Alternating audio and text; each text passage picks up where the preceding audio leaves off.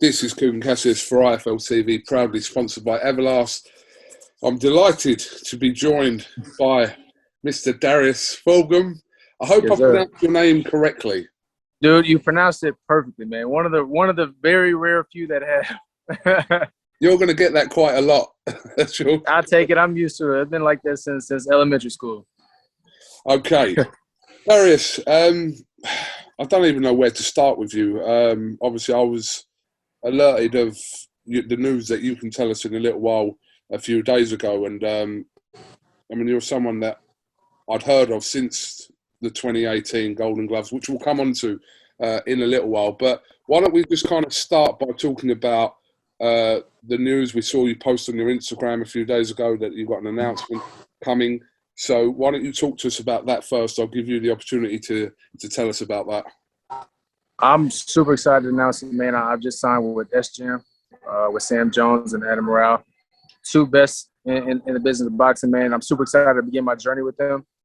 You know, I've been talking to Sam for a while now, you know, and he's put a lot of pressure on me. He's always made sure he's checked on me whenever, since last year, you know, and he didn't even know if he was going to be able to sign me or not. He's always kept in touch, always kept in contact, and he's just all around a good guy, man. I'm so excited to begin my journey with him through the pros.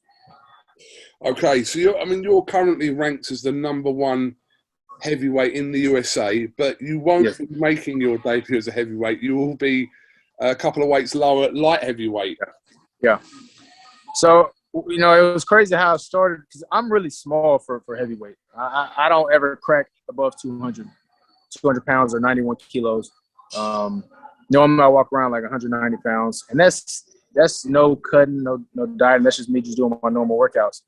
And I've exceeded really well in the States-wise at heavyweight. I've been a lot faster, a lot slicker than a lot of my opponents, and that's how I've gotten by. And 175 is right there. I can make 175 easily, you know.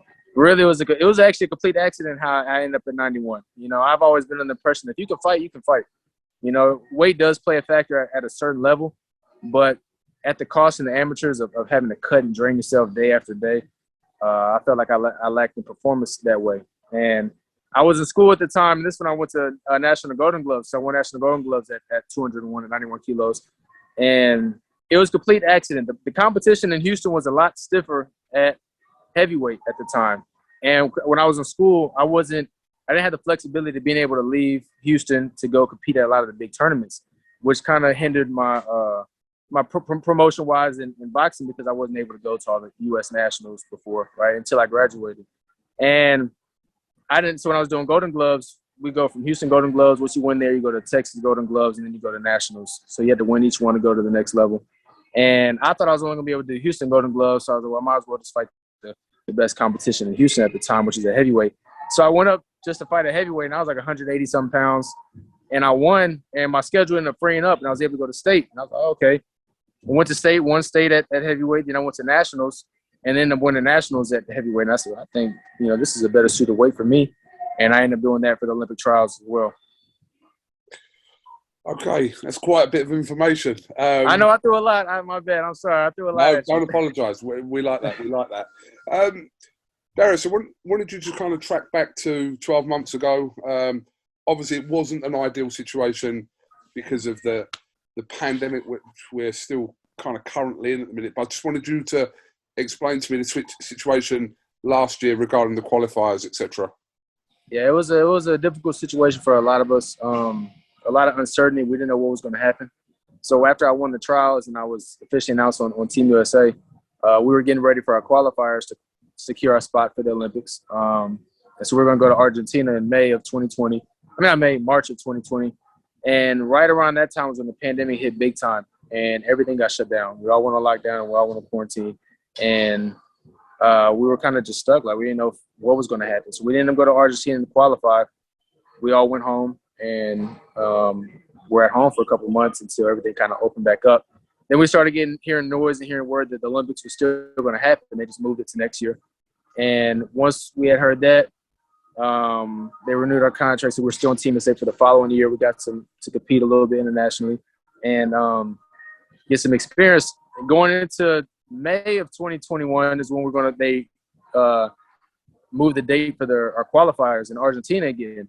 And luck be have it again, we were training in training camp, getting ready for it. They canceled it again, and that was our only opportunity to get our spot in Tokyo. And unfortunate for me and a couple of my teammates, how they changed the system to qualify for us was by basing it off of rankings of 20 from like 2017 to 2019. But I wasn't on the team at that time to have any ranking points to get a spot. And it was like that for me and a couple other guys. And so we were unfortunate where we didn't even have the opportunity to compete and qualify. Well, I say everything happens for a reason, and kind of fast forward to where we are now, almost like a year on, and you're obviously on the verge of turning professional. So I suppose this was meant to happen like this for you.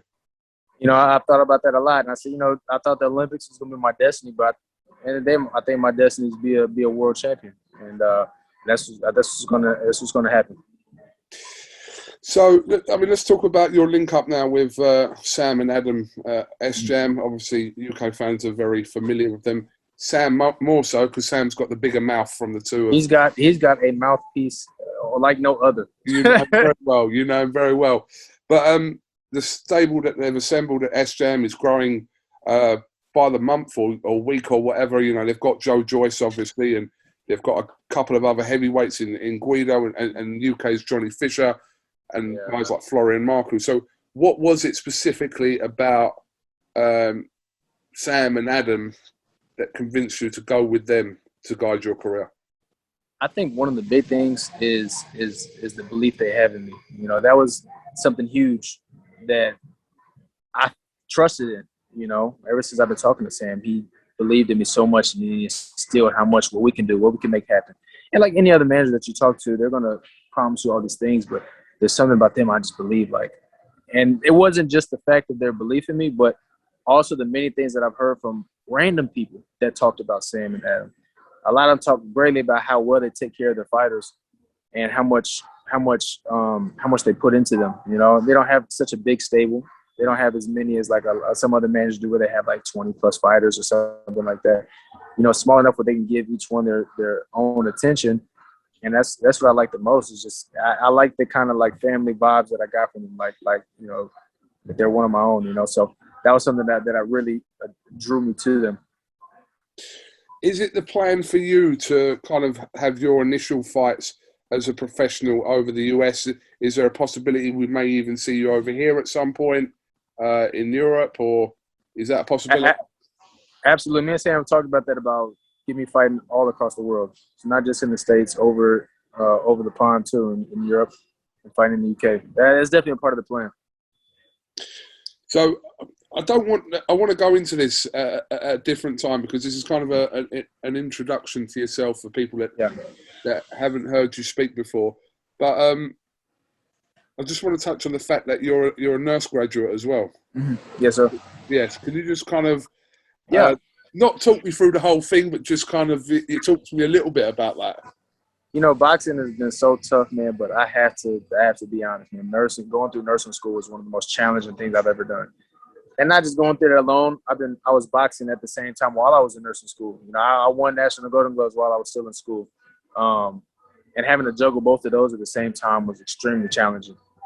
But that's something that I really want to kind of change about boxing. I want to create a different light about people getting an education. Boxers aren't just for, you know, a lot of people shed lights and stories on boxers that have came from nothing, which is very admirable too. Like, you know, I love hearing those come up stories, but there's a lot, you know, boxers come in a lot of shapes and sizes. And I kind of want to change that stigma that boxers can just fight. They're just, you know, dumb. They don't really have anything intelligent going on, but there's a lot of intelligent people that I've met throughout boxing. But nursing school has really, really changed my life. It was something that I made sure that I finished. I made it. That was my priority above boxing at the time, because I had to make sure that, you know, you never know what can happen in any form of athletics. You know, it could be something simple. It don't even have to be that you're not good enough. It could be something simple as just a simple accident, and that can ruin your career. So I want to make sure I had something stable to fall back on. But boxing is my absolute passion. Like, if I wanted a stable job, I can just go be a nurse. This is something I'm extremely passionate about, that I don't want to turn back on or leave nothing behind. So boxing's got my undivided attention. it's something that I'm gonna be at the top at. So, obviously, from a management standpoint, you're sorted. From a promotional standpoint, what's the deal there? I'm assuming you are talking to various people regarding that. Yeah, we're in talks with all the different promoters. Top Rank is doing well. They've been around a long time. They've shown that they can bring people up. I'm a huge fan of Top Rank. Matchroom is doing exceptionally well. I'm a fan of theirs as well. They're both now kind of global platforms now. I think I just heard the news that Top Rank got to deal with in Sky Sports, and I love both those. Also, PBC is doing well too. Their quality has really improved too on their shows. So I really like all the major promotional companies. We're all in talks with all of them. So we want to make the best decision possible on which one can help guide my career the best. Obviously, Matchroom has just signed a huge deal with DAZN to have their fights over here aired after a long-standing relationship with Sky Sports. So do you catch much of Mr. Eddie Hearn over there?